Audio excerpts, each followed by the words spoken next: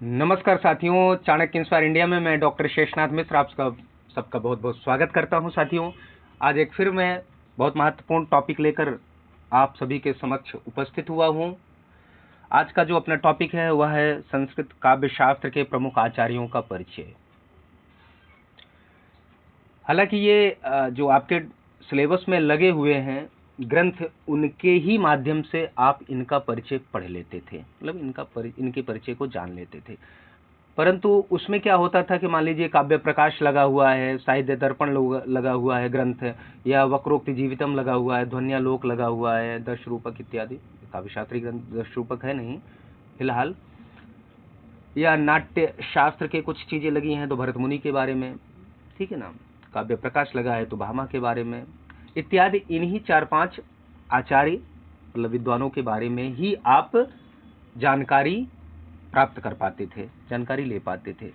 परंतु मेरे मन में ये विचार आया कि क्यों ना जो प्रमुख आचार्य हैं, काव्य शास्त्र के जो प्रमुख आचार्य हैं, उनका एक जगह संग्रह करके एक ही वीडियो में उनके बारे में आपसे सारी जो जानकारी है साझा कर दी जाए। मतलब कहने का तात्पर्य यह है कि जो भी उन आचार्यों से संबंधित प्रश्न आपकी परीक्षा में पूछे जाते हैं वे आपको सिर्फ एक जो है वीडियो में उपलब्ध हो जाएं। तो ऐसा ही नूतन प्रयोग मैं लेकर आया हूं। और यह जो टॉपिक है, यह आज का जो विषय है, यह विषय चाहे वो संस्कृत के विद्यार्थी हो चाहे हिंदी के विद्यार्थी हो, उन सबके लिए समान रूप से बहुत अधिक उपयोगी है और परीक्षा की दृष्टि से बहुत महत्वपूर्ण है। ध्यान रखिएगा। तो इसलिए इसको आप बिल्कुल मिस मत करिए। जो साथी हिंदी के हैं, जो TGT, PGT, LT grade, GIC, GDC इत्यादि जो भी परीक्षाएं हैं, तैयारी कर रहे हैं, अनिवार्य संस्कृत जिनको पढ़ना है, उनके लिए हिंदी संस्कृत मंथन पुस्तक है। और जो साथी हमारे हिंदू स्टडीज के हैं, या एनटीए यूजीसी नेट जेआरएफ वाले हैं, या जीडीसी असिस्टेंट प्रोफेसर संस्कृत विषय वाले हैं, उनके लिए संस्कृत दर्पण अब तक की सर्वोत्कृष्ट रचना है, ग्रंथ है, पुस्तक है। उसको लेकर अपने सपनों को साकार करें। ये सारे जो एग्जाम होने वाले हैं, यूपी को हो या पूरे भारतवर्ष में कहीं भी हो, संस्कृत या हिंदी के, उनसे संबंधित जो सिलेबस है, उन सभी सिलेबस के टॉपिक को यहाँ, उन टॉपिक्स के सभी लेक्चर को आपको फ्री में चाणक्य इंस्पायर इंडिया उपलब्ध करवाएगा अपने चैनल पर, खासकर साथ साथ जीएस के भी। ध्यान रखिएगा। तो चलते हैं, ज़्यादा विलंब न करते हुए सीधे विषय की तरफ बढ़ते हैं। आइए, सबसे पहले जब आप काव्य शास्त्र के काव्य संप्रदाय, जो काव्य संप्रदाय हैं, 6 संप्रदाय हैं काव्य शास्त्र के, उनके विषय में भी जान, वहाँ पहले आचार्य आपके भरत मुनि हैं। इसलिए जो कि सबसे प्राचीन आचार्य भरत मुनि हैं, पहले उन्हीं को मैं आप सबके सामने साझा कर रहा हूँ। ठीक है, आइए आचार्य भरत मुनि के बारे में उनका परिचय देखते हैं। संस्कृत काव्य शास्त्र के इतिहास में सबसे प्राचीन आचार्य हैं भरत मुनि। सबसे प्राचीन मतलब पहले आचार्य। सबसे प्राचीन कहने का मतलब सबसे पुराने, या यूं कहिए पहले आचार्य। संस्कृत काव्य शास्त्र के इतिहास में सबसे प्राचीन आचार्य हैं भरत मुनि या भरत। ध्यान रखिएगा, I am repeating once again. Sanskrit काव्य शास्त्र के इतिहास में सबसे प्राचीन आचार्य हैं भरत। रस संप्रदाय के प्रवर्तक आचार्य हैं भरत मुनि। मैंने बताया था काव्य शास्त्र के जो 6 संप्रदाय है, उसमें पहला संप्रदाय रस संप्रदाय है, और उस संप्रदाय के, उस रस संप्रदाय के प्रवर्तक आचार्य भरत हैं। ईसा पूर्व द्वितीय शताब्दी का समय माना जाता है भरत का। आचार्य भरत का जो, या भरत मुनि का जो समय माना जाता है, ईसा पूर्व द्वितीय शताब्दी। अब इनका एक ग्रंथ भी है, नाट्यशास्त्र नामक ग्रंथ के रचनाकार है भरत मुनि या भरत। जो भी मैं भरत कहूं तो भरत मुनि ही समझना, ठीक है ना। नाट्यशास्त्र नामक ग्रंथ के रचनाकार हैं भरत मुनि। नाट्यशास्त्र में कुल अध्यायों की संख्या है 36 चैप्टर्स हैं, मतलब अध्याय हैं। ध्यान रखिएगा। नाट्यशास्त्र में श्लोकों की कुल संख्या है 6000। नाट्यशास्त्र को भरत सूत्र कहा है अभिनव गुप्त ने, ठीक है ना। आचार्य अभिनव गुप्त ने नाट्य शास्त्र को भरत सूत्र भी कहा गया है। ठीक है। अब अभिनवगुप्त कौन है, इनके बारे में चर्चा करूंगा, लेकिन नाट्य शास्त्र पर इन्होंने सर्वाधिक प्रसिद्ध एक टीका, एक कमेंट्री, एक व्याख्या लिखी है जिसका नाम है अभिनव भारती। अभिनवगुप्त द्वारा नाट्य शास्त्र पर लिखी गई टीका का नाम है अभिनव भारती। आगे बढ़ते हैं। अब इन्होंने तो नाट्य शास्त्र को भरत सूत्र कहा है अभिनवगुप्त ने। अब रस सूत्रकार कहा जाता है भरत मुनि को, ध्यान रखिएगा, रस सूत्रकार भरत मुनि को कहा जाता है। और वह रस सूत्र है क्या? विभावानुभाव व्यभिचारी संयोगात रस निष्पत्ति। विभावानुभाव व्यभिचारी संयोगात रस निष्पत्ति, यह क्या है? रस सूत्र है। यही रस सूत्र है, आपको यही एग्जाम में दिया जाएगा, लिखा हुआ विभावानुभाव व्यभिचारी संयोगात रस निष्पत्ति। या किसका है? तो भरत मुनि का। या किसने कहा है? भरत मुनि का। यह रस सूत्र किसके अनुसार है? भरत मुनि के अनुसार, भरत के अनुसार। ठीक है, आइए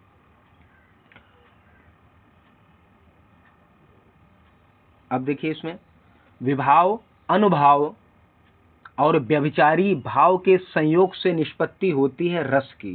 ठीक है ना। आचार्य भरत मुनि ने कहा कि भाई विभाव, अनुभाव और व्यभिचारी भाव के संयोग से ही, उनके मिलने से ही रस की निष्पत्ति होती है। नाट्य शास्त्र पर अभिनवगुप्त द्वारा लिखी गई टीका का नाम है अभिनव भारती। नाट्य शास्त्र की टीका है अभिनव भारती। अभिनव भारती टीका के रचनाकार हैं अभिनवगुप्त। अब आपके दूसरे आचार्य हैं आचार्य भट्टी। यहाँ आचार्य भट्ट लिखा है, इसको आप करेक्ट कर लीजिएगा, आचार्य भट्टी। दूसरे अगले आचार्य हैं अलंकार शास्त्र के आचार्य हैं भट्टी। रावण वध या भट्ट काव्य, रावण वध को ही भट्ट काव्य भी कहा जाता है। रावण वध या भट्ट काव्य, भट्टी काव्य रचना है भट्टी की। भट्ट काव्य विभक्त है सर्गों में। भट्टी काव्य में कुल सर्ग हैं 22। भट्ट काव्य में कुल श्लोक संख्या जो है 1624 है। भट्ट काव्य के 22 सर्ग विभक्त हैं कांडों में। भट्ट काव्य में कुल कांड है 4।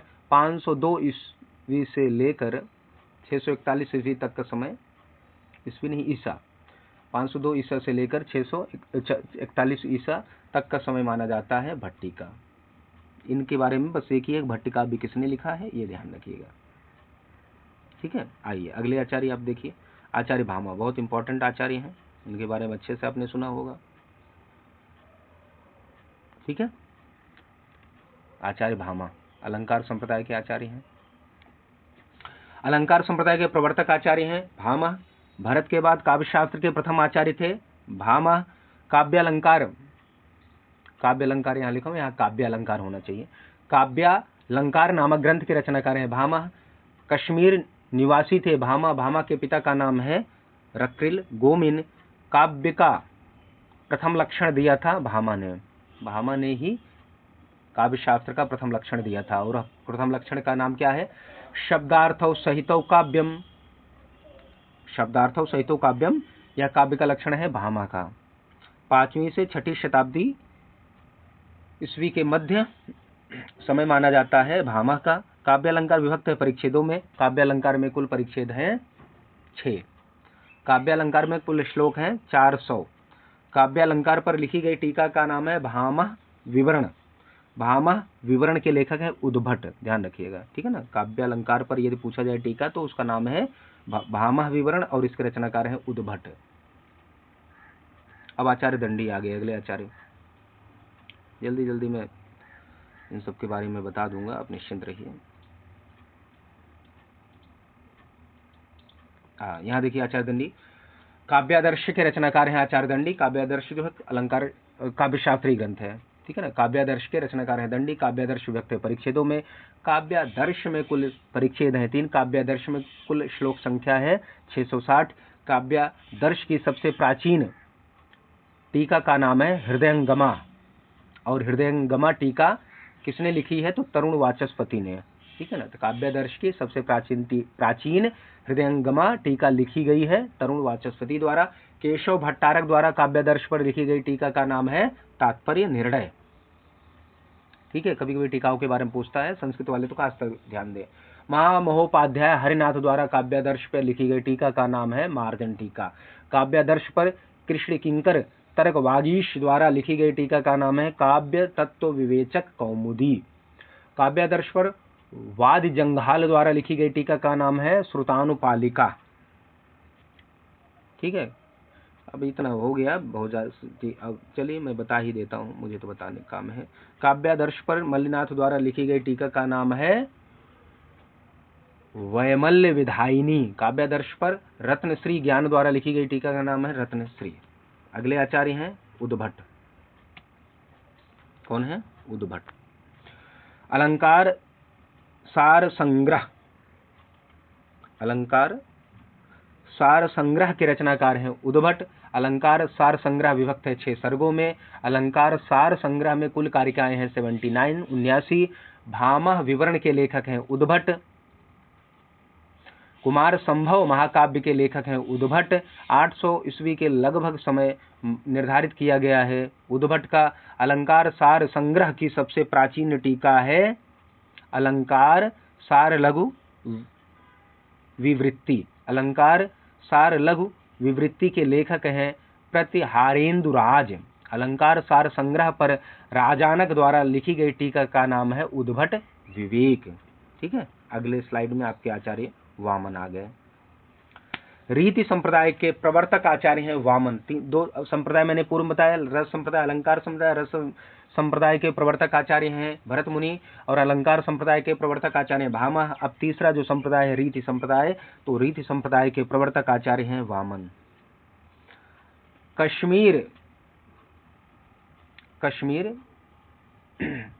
काश्मीर नरेश जयापीठ के राज्यसभा के मंत्री थे वामन। अब आपसे पूछा जाए कि वामन किस राजा के राज्यसभा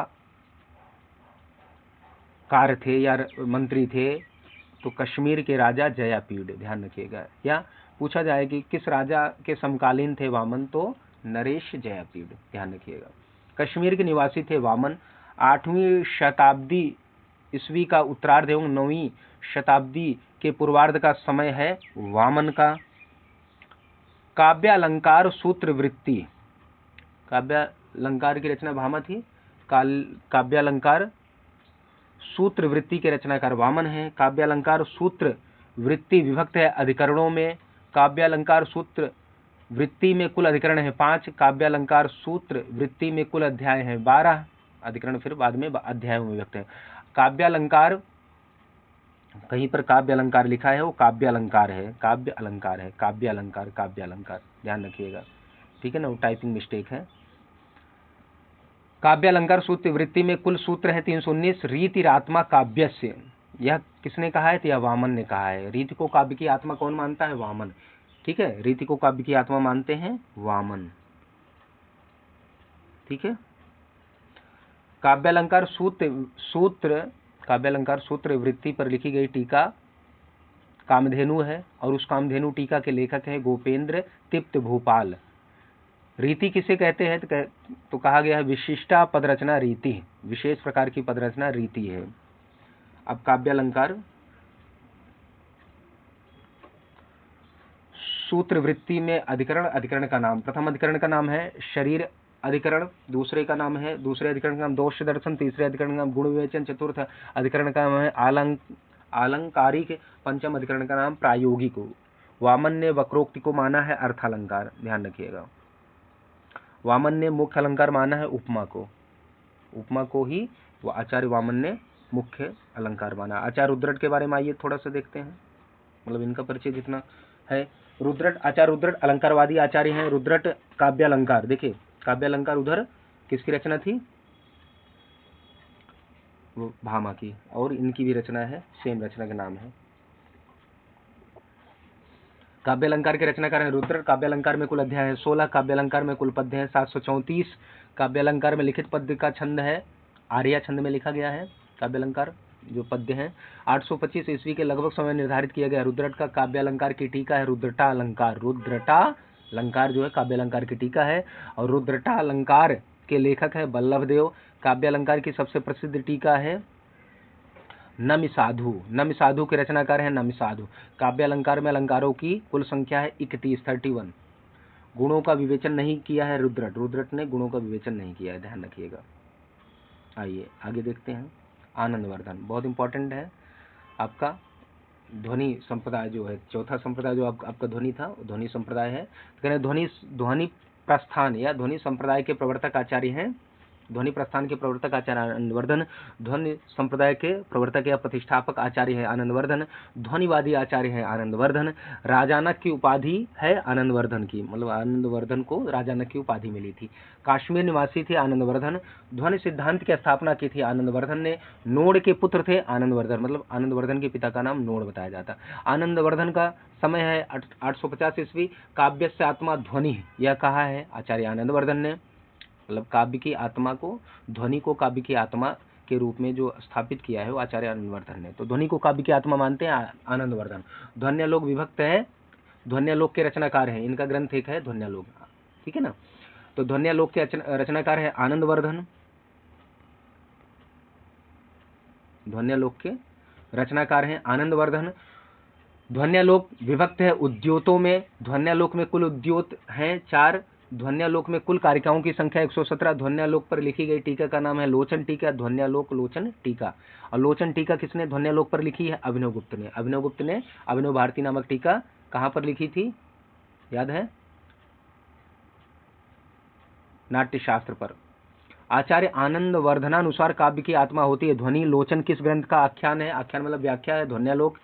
ध्वनि प्रभेदों में उत्कृष्ट है रसद ध्वनि। जो ध्वनि के भेद प्रभेद किए गए हैं उनमें सबसे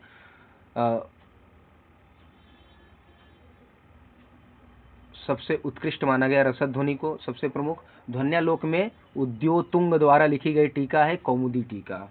आनंदवर्धन की रचनाओं के बारे में आइए देखते हैं।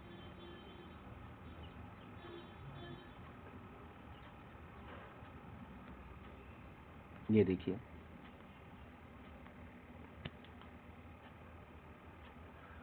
यहाँ देखिए, एक तरफ ध्वन्यालोक काव्यशास्त्री ग्रंथ है, देवी शतक काव्य ग्रंथ है, विषम बाण लीला अनुपलब्ध काव्य ग्रंथ है, अर्जुन चरित, तत्वलोक, प्राण विनिश्चय की टीका। तो यहाँ पर विषम बाण लीला, अर्जुन चरित, तत्वलोक ये सब अनुपलब्ध है, मतलब उपलब्ध नहीं है, ठीक है ना। आचार्य मुकुल भट्ट के बारे में आइए देखते हैं। बस यही इतनी चीजें चर्चित, मतलब इनके बारे में मिलता है कि मुकुल भट्ट के पिता का नाम था भट्ट कल्लट। आविधा वृत्ति मातृका के रचनाकार हैं मुकुल भट्ट। आविधा वृत्ति मातृका में कुल कारिकाएं हैं 15। तो ये मुकुल भट्ट के बारे में इतना सा परिचय है, आप देख लेना, ठीक है। आइए आगे चलते हैं। आचार्य भट्टनायक देखते हैं। जो रस सूत्र था उस पर 4 व्याख्याकार हुए, भट्टलोलट, शंकुक, भट्टनायक, अभिनव गुप्त, ठीक है। तो उस कड़ी में आपके आचार्य भट्टनायक के बारे में देखते हैं। कश्मीर के निवासी थे भट्टनायक। भरत के रस सूत्र के व्याख्याकार थे भट्टनायक। भरत के रस सूत्र के व्याख्याकार भट्टनायक। इन्होंने भुक्तिवाद नामक अपना सिद्धांत दिया था। भरत के रस सूत्र के व्याख्याकार थे भट्टनायक। 10वीं शताब्दी के मध्य का समय माना जाए। भट्टनायक हृदय दर्पण नामक ग्रंथ की रचना की थी। भट्टनायक जो थे वो सांख्य दर्शन के आचार्य, मतलब माने जाए सांख्य दर्शन से संबंधित है, या मतलब उसके आचार्य माने जाते, ऐसा समझिए। आइए अगला देखते हैं।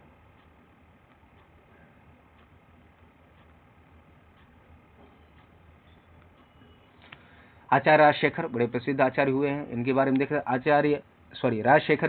राजशेखर निवासी थे महाराष्ट्र। विदर्भ के यायावरीय कहा जाता था राजशेखर को, ठीक है। 10वीं शताब्दी के पूर्वार्ध का समय माना जाता है राजशेखर का। राजशेखर की पत्नी का नाम था अवंती सुंदरी।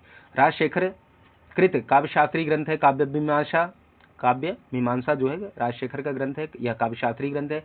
काव्य मीमांसा विभक्त है अधिकरणों में। काव्य मीमांसा में कुल अधिकरण है 18। यायावर कुल के थे राजशेखर, इसलिए इनको यायावरी कहा गया।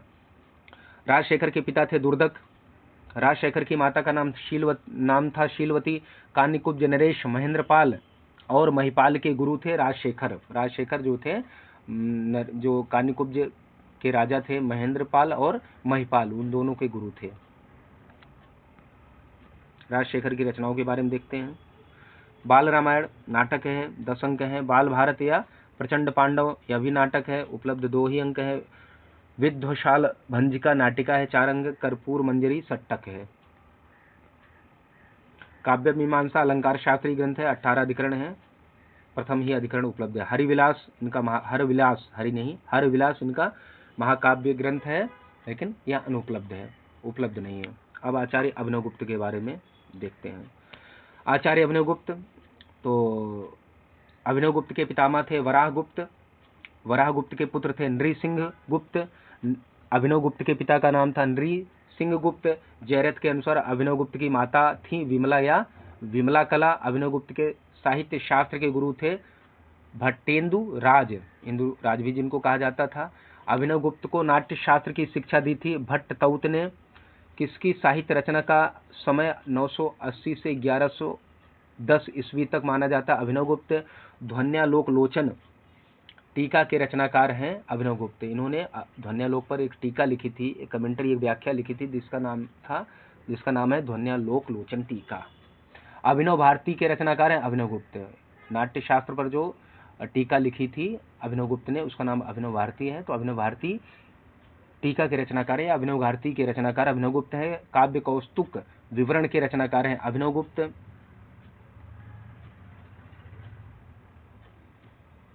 भैरव स्तोत्र के रचनाकार हैं अभिनवगुप्त। कर्म स्तोत्र के रचनाकार हैं अभिनवगुप्त। तंत्रालोक के रचनाकार हैं अभिनवगुप्त। मोस्ट इंपॉर्टेंट ये भी है अब तंत्रालोक। मालिनी विजय वार्तिक के रचनाकार हैं अभिनवगुप्त। परात्रिशिका विवरण के रचनाकार हैं अभिनवगुप्त। तंत्रालोक सार के रचनाकार हैं, तंत्रलोक और तंत्रालोक सार दोनों इनके ग्रंथ हैं अभिनवगुप्त।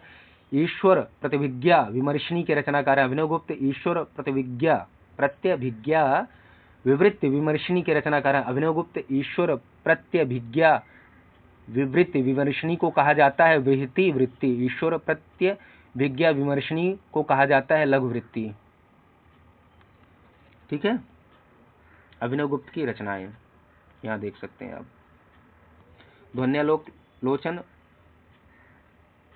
अभिनव भारती, काव्य कौस्तुक विवरण, इनके काव्यशास्त्री ग्रंथ है। स्तोत्र ग्रंथ देखिए, भैरव स्तव, कर्म स्तोत्र और बोध पंचाशिका। तंत्र, इनके तंत्र काव्य देखिए, तंत्रालोक, मालिनी विजय वार्तिक, परात्रिशिका विवरण और तंत्रालोक सार। अन्य ग्रंथ ईश्वर प्रतिविज्ञा विमर्शिनी, ईश्वर प्रतिविज्ञा विवृत्ति विमर्शिनी, इनके ग्रंथ थे अभिनवगुप्त जी के। ठीक है,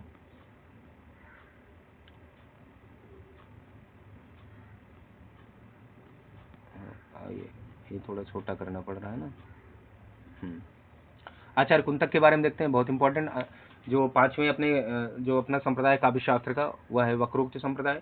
तो आइए इनके बारे में देखते हैं। वक्रोक्ति संप्रदाय के प्रवर्तक आचार्य कुंतक 975 ईस्वी से तथा 1025 ईस्वी के मध्य समय माना जाता है। कुंतक का कश्मीर निवासी थे कुंतक। वक्रोक्त जीवितम इनकी एक रचना है, एक ग्रंथ है, वक्रोक्त काव्यशास्त्री ग्रंथ है। वक्रोक्त जीवितम के रचनाकार है कुंतक। वक्रोक्त जीवितम विभक्त है उन्मेषों में। वक्रोक्त जीवितम विभक्त है उन्मेषों में। वक्रोक्ति जीवितम में कुल उन्मेष हैं 4। वक्रोक्ति काव्य जीवितम यह कहा है कुंतक ने। वक्रोक्ति को काव्य की आत्मा मानने वाले आचार्य कुंतक हैं। ठीक है ना, तो वक्रोक्ति काव्य जीवितम यह कहा है कुंतक ने। कुंतक वक्रता का प्रकार बताया 6। कुंतक के अनुसार वक्रता के 6 प्रकार होते हैं। कुंतक गुणों की संख्या 4 मानते हैं काव्य के 3 मार्ग मानते हैं कुंतक। और वक्रता के वो 6 प्रकार कौन है उसको देख लीजिए। वर्ण विन्यास वक्रता, पद पूर्वार्ध वक्रता, प्रत्यय वक्रता, वाक्य वक्रता, प्रकरण वक्रता, प्रबंध वक्रता। काव्य के 3 मार्ग जो कुंतक ने बताए वह है, पहला वैचित्र्य मार्ग, दूसरा सुकुमार मार्ग, तीसरा है सौकुमार्य वैचित्र्य संवलित मार्ग। 4 गुण इन्होंने जो बताया हुआ है माधुर्य, प्रसाद, लावण्य और अभिजात्य। अगले आचार्य आपके महिमभट्ट हैं, आचार्य महिमभट्ट। महिमभट्ट का समय माना जाता है 1020 से 1050 ईस्वी। व्यक्ति विवेक महिमभट्ट की एक प्रमुख रचना है व्यक्ति विवेक। तो व्यक्ति विवेक ग्रंथ के रचनाकार है महिमभट्ट। व्यक्ति विवेक विभक्त है विमर्श में। व्यक्ति विवेक में कुल विमर्श की संख्या है, कुल विमर्शों की संख्या है 3। ध्वनि का खंडन किया है व्यक्ति विवेक में। ध्यान रखिएगा, जो ध्वनि है का सिद्धांत दिया गया है या ध्वनि है उसका इन्होंने उसकी कड़ी आचरण मतलब उसका खंडन किया है किस ग्रंथ में, व्यक्ति विवेक ने। तो यदि पूछा जाए कि ध्वनि का खंडन किसने किया, महिमभट्ट ने। ध्वनि का खंडन महिमभट्ट ने किस ग्रंथ में किया है, तो व्यक्ति विवेक में। वक्रोक्ति जीवितम का महिमभट्ट ने खंडन किया है व्यक्ति विवेक। वक्रोक्ति जीवितम का भी इन्होंने वक्रोक्ति जीवितम जो ग्रंथ है उसका भी खंडन इन्होंने अपने व्यक्ति विवेक में किया। ध्वन्यालोक का महिम भट्ट ने खंडन किया। व्यक्ति विवेक में केवल अभिधा को शक्ति, शब्द शक्तियाँ 3 होती ना, अभिधा लक्षण व्यंजना जो कहा गया है, तो उसमें ये सिर्फ केवल अभिधा शक्ति को केवल अभिधा को शब्द शक्ति मानते हैं। महिम भट्ट काव्य शास्त्री ग्रंथ, जो व्यक्ति विवेक है वो काव्य शास्त्री ग्रंथ है, ये आप जानते ही हैं। अगले आचार्य हैं भोजराज। आइए भोजराज के बारे में पढ़ते हैं। परमार वंशी क्षत्रिय राजा थे भोजराज। ये ध्यान रखिएगा कि पूछा जाता है कि भोजराज किस वंश से संबंधित थे या संबद्ध थे, तो परमार वंशी। धारा नगरी राजधानी थी भोज की। भोज की राजधानी पूछी जाती है, तो भोज की राजधानी थी धारा नगरी राजधानी थी भोज की। भोजराज के पिता का नाम था सिंधुल। भोजराज का राज्यकाल था 1005 से 1055 ईस्वी। भोजकृत कितने काव्यशास्त्री ग्रंथ हैं? 2। ठीक है, एक है सरस्वती कंठाभरण। सरस्वती कंठाभरण के रचनाकार है भोज। सरस्वती कंठाभरण विभक्त है परिच्छेदों में। सरस्वती कंठाभरण में कुल कितने परिच्छेद हैं? तो 5 हैं, ध्यान रखिएगा। ठीक है, सरस्वती श्रृंगार प्रकाश भी भोज ने लिखा था, ध्यान रखिए। इनके काव्यशास्त्री जो ग्रंथ हमने वो बताया, एक सरस्वती कंठाभरण, कंठा लिखा है, कंठा होगा, और एक श्रृंगार प्रकाश। ठीक है, आइए सरस्वती कंठाभरण की प्राचीन टीका है रत्न दर्पण टीका। ध्यान रखिएगा, पूछा भी जाता है सरस्वती कंठाभरण की प्राचीन टीका कौन है, तो रत्न दर्पण टीका। रत्न दर्पण टीका किसने लिखी है? तो रत्नेश्वर ने। ठीक है, श्रृंगार प्रकाश किसकी रचना है? तो जानते ही हैं, महिम भट्ट की। श्रृंगार प्रकाश में कुल कितने अध्याय? 36। श्रृंगार प्रकाश में अध्यायों की संख्या, अध्यायों को क्या कहा गया है?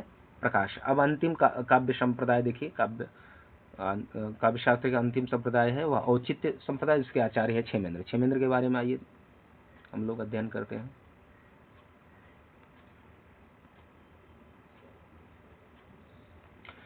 औचित्य संप्रदाय के प्रवर्तक आचार्य हैं क्षेमेंद्र। क्षेमेंद्र के पिता का नाम था प्रकाशेंद्र।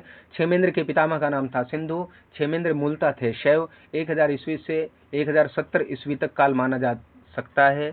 क्षेमेंद्र का औचित्य विचार चर्चा नामक ग्रंथ के लेखक हैं क्षेमेंद्र। फिर से रिपीट कर रहा हूं, औचित्य विचार चर्चा के लेखक हैं क्षेमेंद्र। औचित्य विचार चर्चा ग्रंथ है काव्यशास्त्री, मतलब काव्यशास्त्री ग्रंथ है यह औचित्य विचार चर्चा, जिसको क्षेमेंद्र ने लिखा है। कवि कंठाभरण के रचनाकार हैं क्षेमेंद्र। इनका अन्य एक ग्रंथ है कवि कंठाभरण। औचित्य काव्यशास्त्री ग्रंथ है कवि कंठाभरण। कवि कंठाभरण और औचित्य विचार चर्चा इनके काव्यशास्त्री ग्रंथ है। औचित्य विचार चर्चा में कुल कारिकाएं हैं 19। कवि कंठाभरण में कितनी संधियां मतलब अध्यायों में संकलित है? तो 5 हैं। कवि कंठाभरण में कारिकाएं हैं तो कुल 55 हैं। सुवृत्त तिलक के रचनाकार हैं या लेखक हैं क्षेमेंद्र। ठीक है ना, और भी इनकी रचनाएं हैं, बस महत्वपूर्ण मैं आपसे साझा कर रहा हूँ। आचार्य मम्मट बहुत इंपॉर्टेंट है, जिनका काव्य प्रकाश नामक ग्रंथ आप लोग पढ़ते हैं, अध्ययन करते हैं एमए में। ठीक है, आइए इनके बारे में हम लोग अध्ययन करते हैं।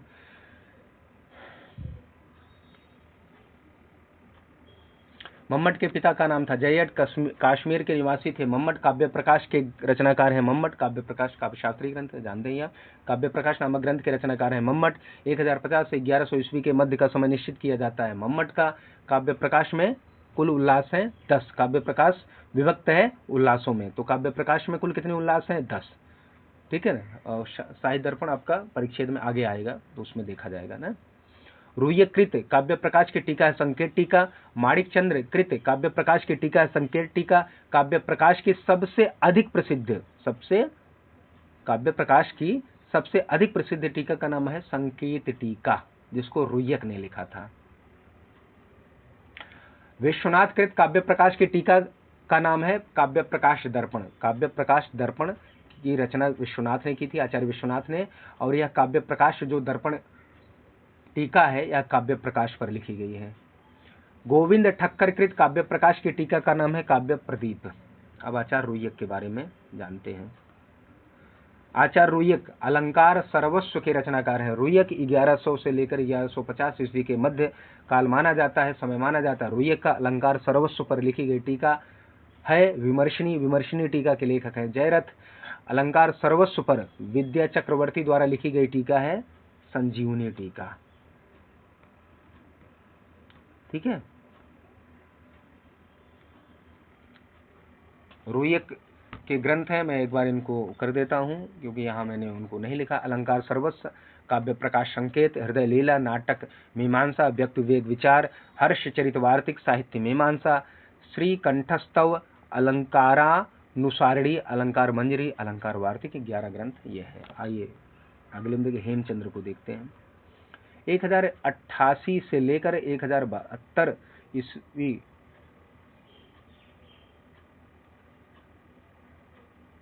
1088 1072 ईस्वी का ईस्वी का समय माना था हेमचंद्र का। काव्यानुशासन ग्रंथ के रचनाकार है हेमचंद्र। काव्यानुशासन नामक ग्रंथ लिखा था हेमचंद्र ने। काव्यानुशासन में कुल अध्याय है 8। 1145 विक्रमी संवत मतलब 1088 में जन्म हुआ था हेमचंद्र का। हेमचंद्र के पिता का नाम था चाच, हेमचंद्र की माता का नाम था पाहिनी, हेमचंद्र के बचपन का नाम था चंगदेव। शब्दानुशासन के रचनाकार हैं हेमचंद्र। अब आ गए आचार्य धनंजय। दशरूपक इन्होंने लिखा है।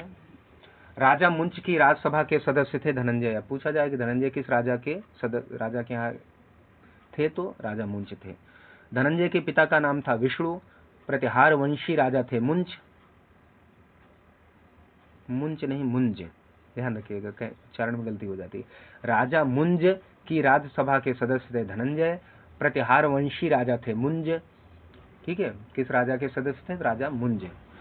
धनंजय दशरूपक के रचनाकार हैं धनंजय। धनंजय के भाई थे धनिक, जो दशरूपक पर धनिक द्वारा लिखी गई टीका का नाम अवलोक टीका। दशरूपक तो लिखा धनंजय ने, और उस दशरूपक पर जो टीका एक व्याख्या लिखी गई, उस टीका या उस व्याख्या को लिखने वाले धनंजय के भाई धनिक थे।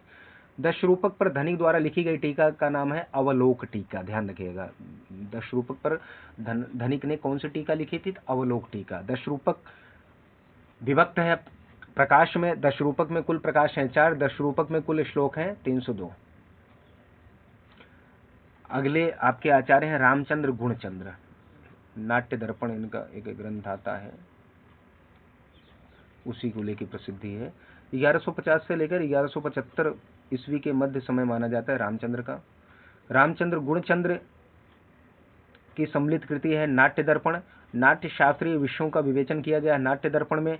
नाट्य दर्पण में कुल विवेक हैं 4। आइए अगले आचार्य हैं जयदेव।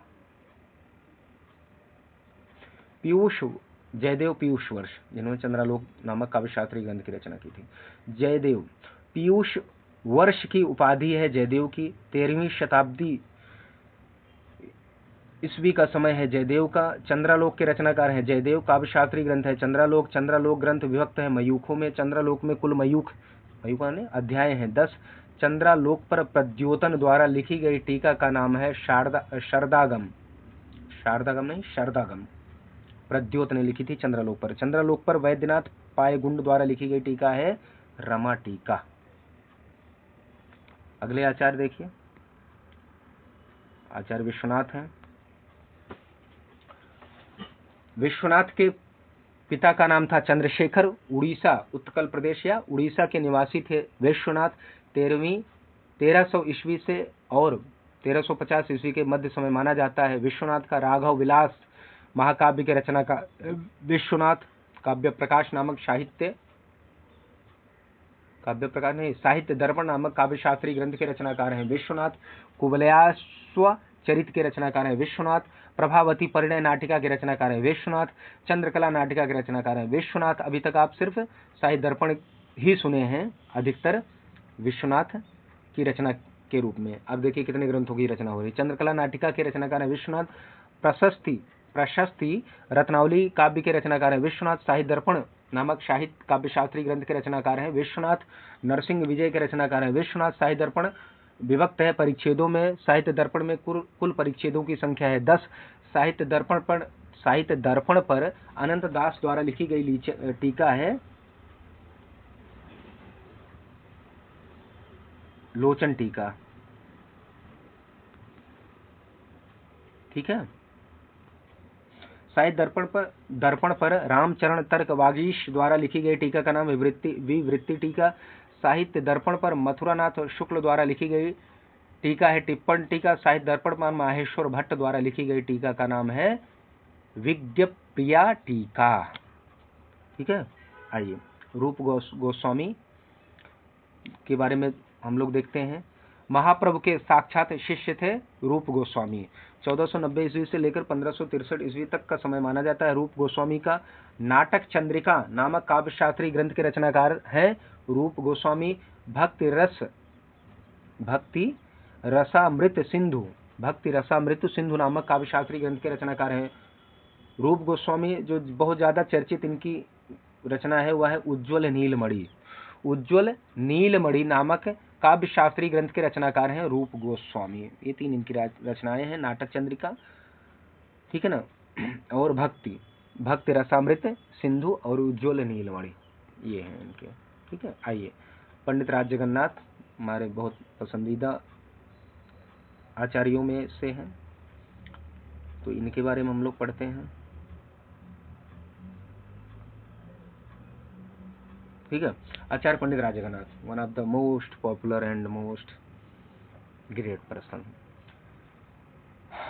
आइए देखते हैं, सेकंड लास्ट ही है, अब ज्यादा नहीं बचा है, चिंता मत करिए, वो भी ये नहीं।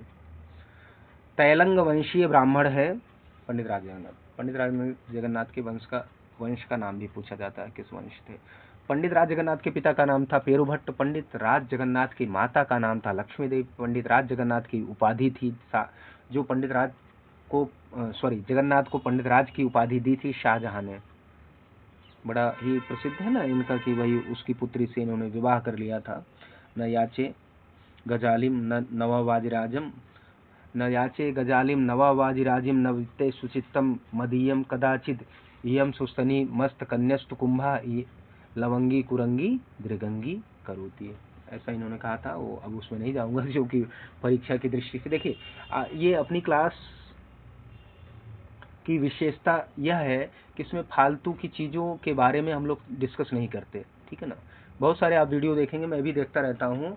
वो अगर 1 घंटे की क्लास कर रहे हैं तो उसमें 20 मिनट पढ़ाते हैं, 40 मिनट उसमें गप्पेबाजी करते हैं, बकवासबाजी करते हैं। तो भाई उनको उसी में जीवन बिताना है, हम सबको और भी बहुत सारे काम होते हैं, इसलिए मैं इसको बहुत संक्षिप्त में, मतलब बेकार की बातों पर चर्चा नहीं करता। आइए, तो जगन्नाथ को पंडित राज की उपाधि दी थी शाहजहां ने। 17वीं शताब्दी का समय माना जाता है, यह समय था पंडित राज जगन्नाथ का। अब इनके ग्रंथों का नाम मैं काउंट करता, बहुत सारे ग्रंथों की रचना की थी, बहुत उद्भट विद्वान थे, बहुत बड़े विद्वान थे। अमृत लहरी के रचनाकार है पंडित राज जगन्नाथ। लक्ष्मी लहरी के रचनाकार है पंडित राज जगन्नाथ। करुणा लहरी के रचनाकार है पंडित राज जगन्नाथ। पीयूष लहरी के रचनाकार है पंडित राज जगन्नाथ। जगदाभरण के रचनाकार है पंडित राज जगन्नाथ। आसफ विलास के रचनाकार है पंडित राज जगन्नाथ। भामिनी विलास के रचनाकार है पंडित राज जगन्नाथ। प्राणाभरण के रचनाकार है पंडित राज जगन्नाथ। यमुना वर्णन चंपू के रचनाकार हैं पंडित राज जगन्नाथ।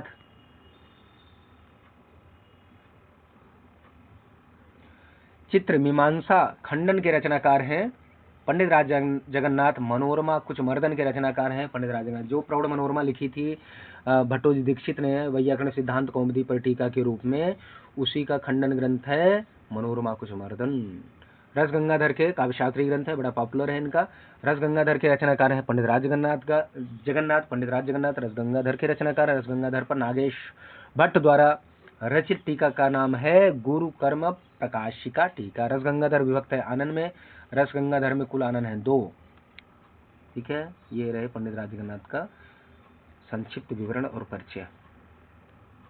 विश्वेश्वर पंडित संभवतः आज के अंतिम आचार्य आपके, हाँ आज के अंतिम आचार्य, मतलब 26 आचार्यों के बारे में हम लोगों ने आज यहाँ पर अध्ययन किया है।